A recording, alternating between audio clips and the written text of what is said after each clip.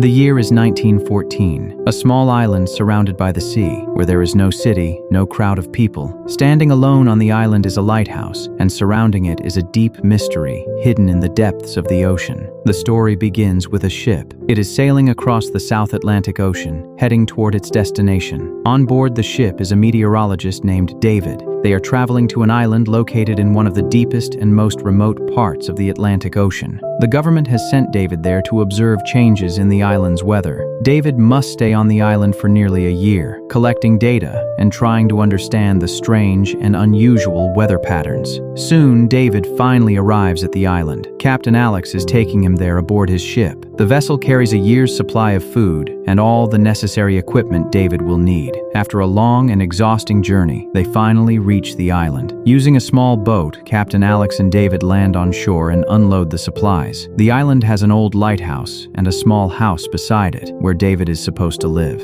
Previously, another meteorologist had been stationed on this island, but from today onward, David is the new weather observer. Robert is supposed to return with Captain Alex on the ship. However, the moment they step inside the house, everyone is shocked. There is no sign of any human presence. The furniture and belongings inside are scattered everywhere, as if someone had suddenly abandoned everything and left. It seemed possible that someone might still be living inside the lighthouse. Without wasting a single moment, the captain and David headed toward it. But upon reaching the lighthouse, they were met with a strange and terrifying sight. The entire lighthouse was surrounded by sharp wooden stakes, as if it had been deliberately barricaded from the outside to prevent anyone from entering. The captain and David knocked on the lighthouse door repeatedly, but there was no response from inside. Finally, they forced the door open and went in. After climbing all the way to the top of the lighthouse, they found a man lying on the floor. His name was Gruner. He was sprawled there, motionless and utterly indifferent. When David asked about the previous meteorologist, Gruner coldly replied that the man had suffered from a terrible illness. But when the captain asked about the dead body, Gruner's answer became even more disturbing. He said that perhaps someone had killed him. Hearing Gruner's words, both David and the captain were startled. They sensed that something was seriously wrong with the man's mental state. However, without knowing the true fate of the former officer, they could not reach any definite conclusion. After a while, the captain told David that if he wished, he could return with them immediately. But David knew that if he could provide the government with accurate weather reports from the island, he would receive a large sum of money. Driven by both greed and a sense of duty, David decided to stay on the mysterious island. Before leaving, the captain handed David a gun for self-defense, warning him that although the place looked safe from the outside, it might be far more dangerous in reality. Later, David began reading the diary carefully, page by page. Inside, he found drawings of some strange creatures. Seeing them, David could not understand why such creatures had been drawn. He assumed that the island's previous officer must have lived alone and had drawn them simply to pass the time. On one page of the diary, he also found a picture of the officer's wife. As he kept reading page after page, David grew tired. Gradually, his eyes closed and he fell asleep. The next morning, David began his work, but as he approached the seashore, he suddenly stopped. Among the rocks, some stones were arranged in an unusual way, and seashells had been placed between them, forming a strange pattern. David thought that this might be Gruner's doing. Shaking the thought from his mind, he returned to his main task, collecting weather data, the very reason the government had sent him to the island. While working, David looked toward the lighthouse through his binoculars. He thought he saw another person standing beside Gruner, but moments later he dismissed the thought, convincing himself that it was probably just his imagination. Night falls. David remains busy with his work. Suddenly, a sharp knocking sound echoes at the door. He assumes it must be Gruner. David calls out to him by name, but there is no response.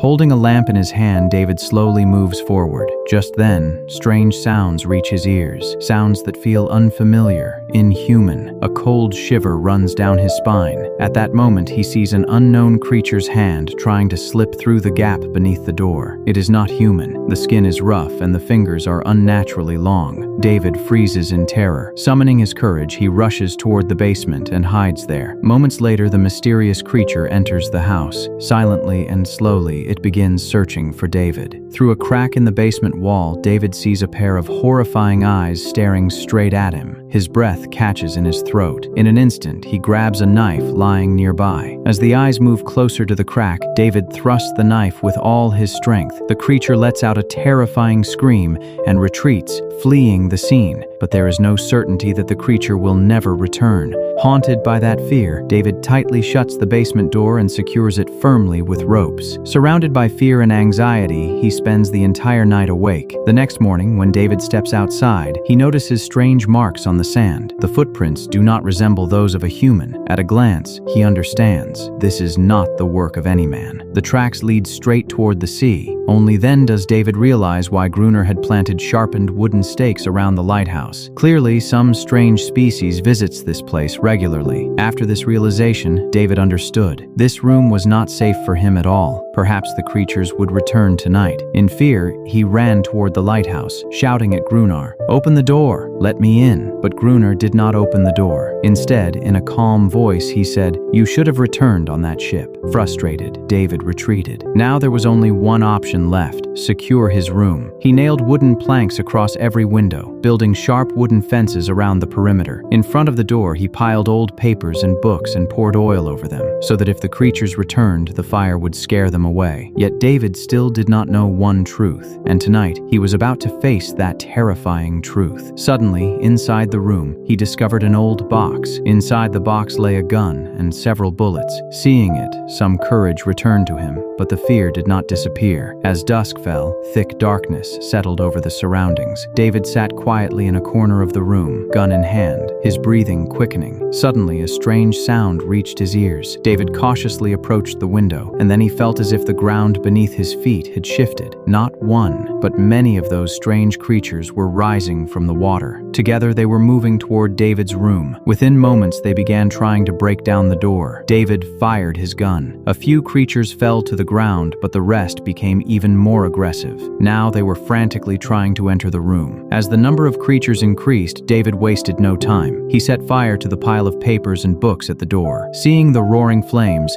the strange creatures panicked and retreated back toward the sea. But the problem was far from over. The fire slowly spread into David's room. Since the entire room was made of wood, the flames quickly engulfed everything like wildfire. Quickly, David wrapped a sheet around his body and desperately broke through the gate to escape. He ran and hid behind a massive rock near the lighthouse. His right hand had been severely burned. Fortunately, it started raining at that very moment. The rain gradually extinguished the fire, but even after a whole night of rain, by morning, David realized he had failed to save his house. The entire house had been reduced to ashes. Now David understood that if he wanted to survive, he would have to take shelter in the lighthouse. He picked up his rifle and hid in a crevice among the rocks beside the lighthouse. He had only one goal: getting inside the lighthouse. Suddenly, Gruner aimed her gun at him. The situation turned even more dangerous when one of the strange creatures beside Gruner suddenly attacked David. David quickly realized that the creature was actually Gruner's guardian. Gruner immediately stopped him and said, "It's my pet." David didn't fire his gun. However, he made one condition: "If I am to survive, you must let me stay inside the lighthouse. I have enough food for a year. We can both survive." Gruner remained silent for a few moments. Then slowly she agreed. Before evening, they collected food and returned to the lighthouse. The next morning, something incredible happened. The strange creature quietly began licking David's hand while he was in a deep sleep.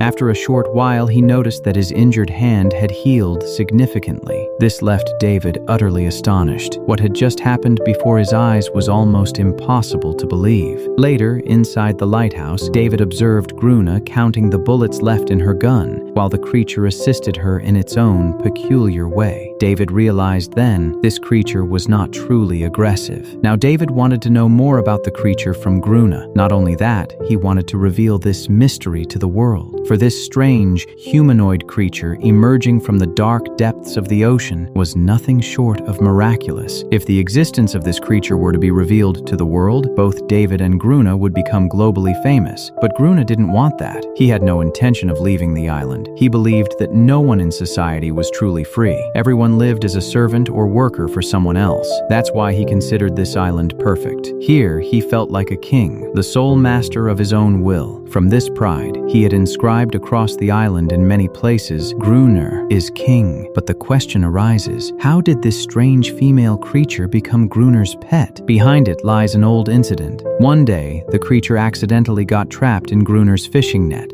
At that time, it was very small. On that day, Gruner saved its life. From that moment onwards, the creature stayed with Gruner and began to obey all his commands. However, Gruner was an extremely angry man. He never treated the creature with kindness. Once, the creature even attacked Gruner. In retaliation, Gruner punished it severely. From that day, the creature began to consider itself Gruner's servant. Perhaps this is why every night, even more creatures rise from the depths of the sea to bring it back. Yet, they cannot attack in the daylight. Still, David does not want to be alone. He tries to send a signal to any passing ship to escape this terrifying place, but it is far from easy. Gruner makes it clear, no ship ever comes near this island. David cannot believe Gruner. He feels completely unsettled in this place. Loneliness, fear, and uncertainty grip him from within. He is gasping for relief and wants to leave the island as quickly as possible. Gradually, evening begins to fall. Gruner tells David to stay prepared with his gun. At any moment, the creatures could attack. They ready the lighthouse's light as a signal. Within moments, a terrifying sight unfolds. A huge number of creatures rise from the depths of the sea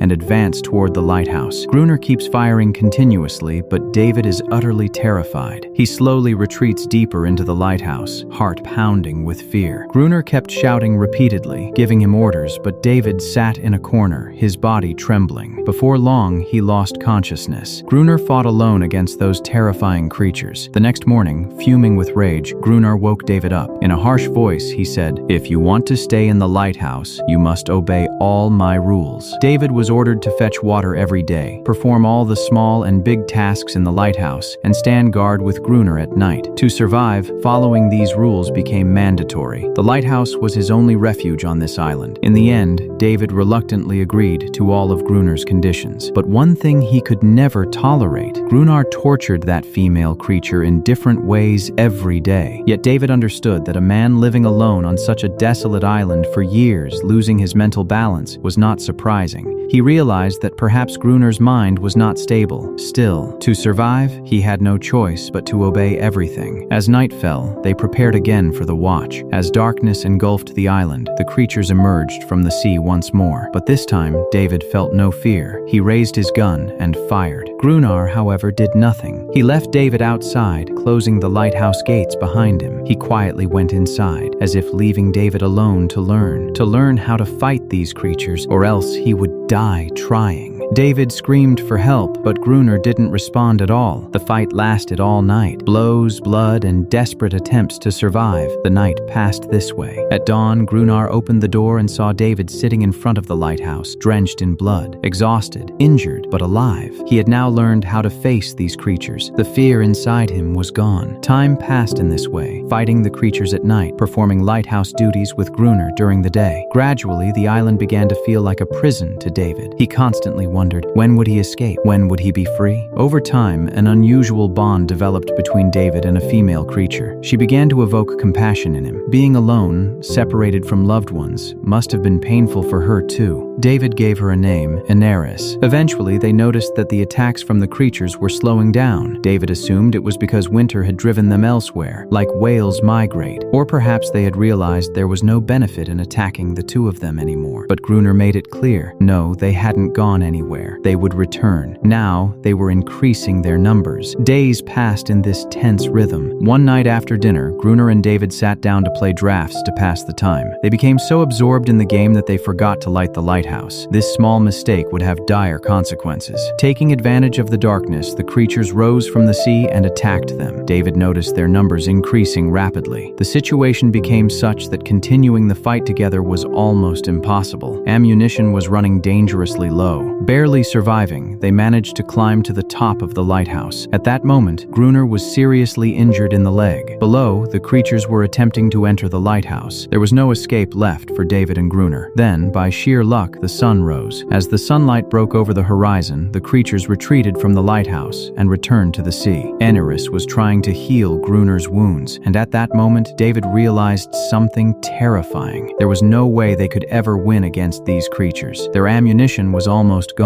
and their food supply was so low that surviving much longer was impossible. The next day, by sheer luck, while David was wandering outside the lighthouse, he spotted a ship far out at sea. He rushed inside, grabbed a pistol, and began firing signals toward the ship, but Gruner stopped him. He did not want David to leave this place. At that very moment, Aniris attacked Gruner. That was when David finally understood the truth. Gruner did not want anyone to leave the island. This island was his entire world. Here, he lived like a king, and Aniris obeyed him like a servant. He did not want to return to the city, and he was not willing to let David go either. After so long, David was the first person he had found with whom he could truly speak. Right before David's eyes, the ship slowly disappeared into the vast sea. At that point, there was nothing he could do. Several more days passed like this. One day, David gave Aniris a small gift, a toy boat. He had made it himself out of bones, perhaps hoping it would lighten her heart, even just a little. But the moment Aniris saw the toy boat, her behavior changed. She took David to a corner of the island, where a real boat was actually hidden. When David asked Gruner about the matter, Gruner replied, "Yes, I knew there was a boat there. A few months ago, an armed smuggling ship was carrying a large amount of ammunition. Because of a violent sea storm, it sank near this island. Some of the crew managed to survive and reach the island using a small boat, but by the time morning came, no one was left alive. They were all hunted down by those creatures." Hearing this, a plan formed in David's mind. They had some equipment similar to diving suits. If someone wore those and dived into the sea, it might be possible to retrieve bullets or dynamite from the sunken ship. With those, fighting the monsters would become much easier. But Gruner immediately refused. He was not even willing to go near the shore. Still, David was ready to risk his own life to carry out the plan. A few more days passed. During this time, a deep bond slowly developed between David and Aniris. Aniris began to grow fond of David. Gruner secretly noticed all of this. For the first time, the thought crossed Gruner's mind that perhaps he should help David, but his true intention was different. He wanted David to retrieve the boxes of dynamite from the bottom of the sea with his help and then leave him there alone so that the terrifying creatures would kill him. Eventually, the dynamite came into their possession, and Aniris once again stayed with them like a servant. Together, the three of them made their way to that specific location. David puts on a heavy iron diving suit and descends into the depths of the sea. As soon as he reaches the bottom, he sees that the ship has been completely destroyed. However, by sheer luck, they managed to find several boxes of dynamite inside the wreckage. At that very moment, a few mysterious creatures suddenly appear in front of David. Terrified, he falls to the ground. The iron diving suit is so heavy that he cannot move at all. He doesn't even get the chance to send any signal to Gruner above the surface. Up on the lighthouse, Gruner assumes that the creatures have killed David, but in reality, there are only two young offspring of those creatures underwater. Understanding the situation, David creates pressure inside the suit, leaves the diving suit behind, and swims back up to the surface. Later, they discover more old crates containing dynamite. Together, the three of them place the dynamite in 2 layers around the lighthouse, planning to wipe out all the monsters in the next attack. Several months pass. Snowfall begins, but strangely enough, the creatures suddenly disappear. The attacks stop altogether. Now their only task is to keep the lighthouse running and continue their regular watch as before. In this situation, Gruner completely loses his patience. He begins to believe that Aniris must have told the creatures about the dynamite plan,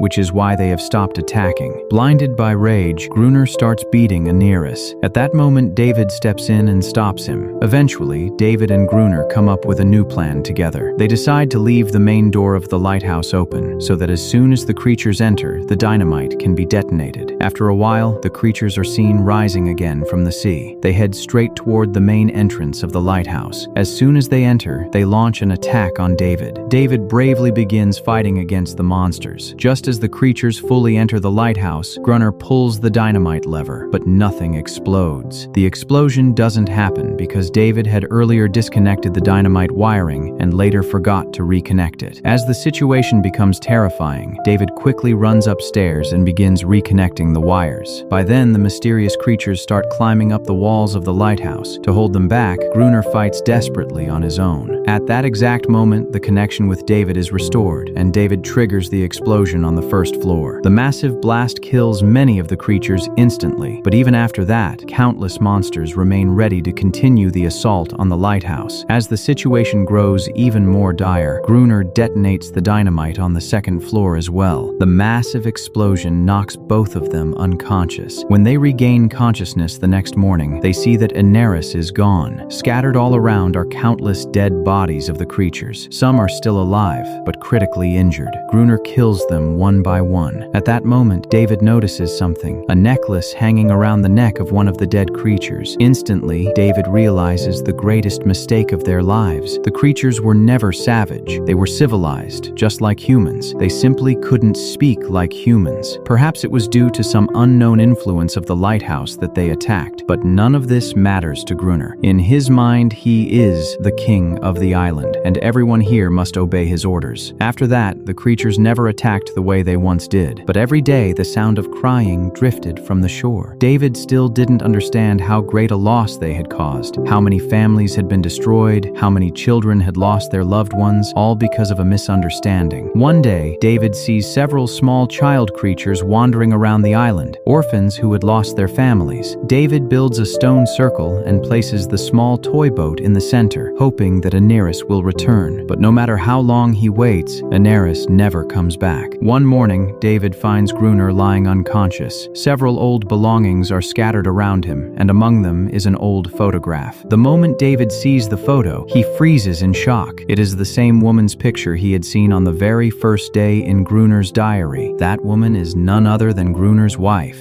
and Gruner himself. He was once a weather officer at this very lighthouse. About a year ago, a man arrived on this island. His real name was Robert, but he changed his name to Gruner because he never wanted to leave the island again. Seeing Gruner's condition and behavior, David slowly gives up hope that he will ever be able to leave the island himself. The next afternoon, David goes to the seashore and notices that the small boat placed inside the circle is no longer there. But at that exact spot, he sees a small creature holding the boat in its hands. Realizing the situation could turn dangerous, David drops his flashlight into the center of the circle. By doing this, he tries to show that he has no intention of fighting. He doesn't want to hurt anyone. He wants friendship. After a while, Daenerys emerges from the ocean waves, followed by many other creatures rising behind her. But this time, no one attacks David, because they no longer want war either. Their wish is very simple: to have a safe place for their children, just as every creature desires. The sudden presence of humans on the island frightened them, which is why they attacked every night. But who would make Gruner understand all this? He still believes himself to be the king of the island. Gruner steps out of the lighthouse, a gun in his hand. David tries to explain to him that these creatures do not want to fight. They want peace. But Gruner refuses to listen. He shouts at Daenerys, ordering her to go back inside. But this is the first time Daenerys does not obey him, because she is no longer his servant. Today, she is simply a mother, standing up to protect her children. Deep inside, Gruner begins to feel weak. He starts walking back toward the lighthouse. David thinks that perhaps Gruner has finally understood that every living being desires freedom, and no one wants to be a slave. But no. Reaching the lighthouse, Gruner fires a flare gun from above. The flare flies straight and strikes a small child creature. The creature dies instantly. Everyone panics and runs away. Daenerys loses all trust in David. Consumed by rage, David runs toward the lighthouse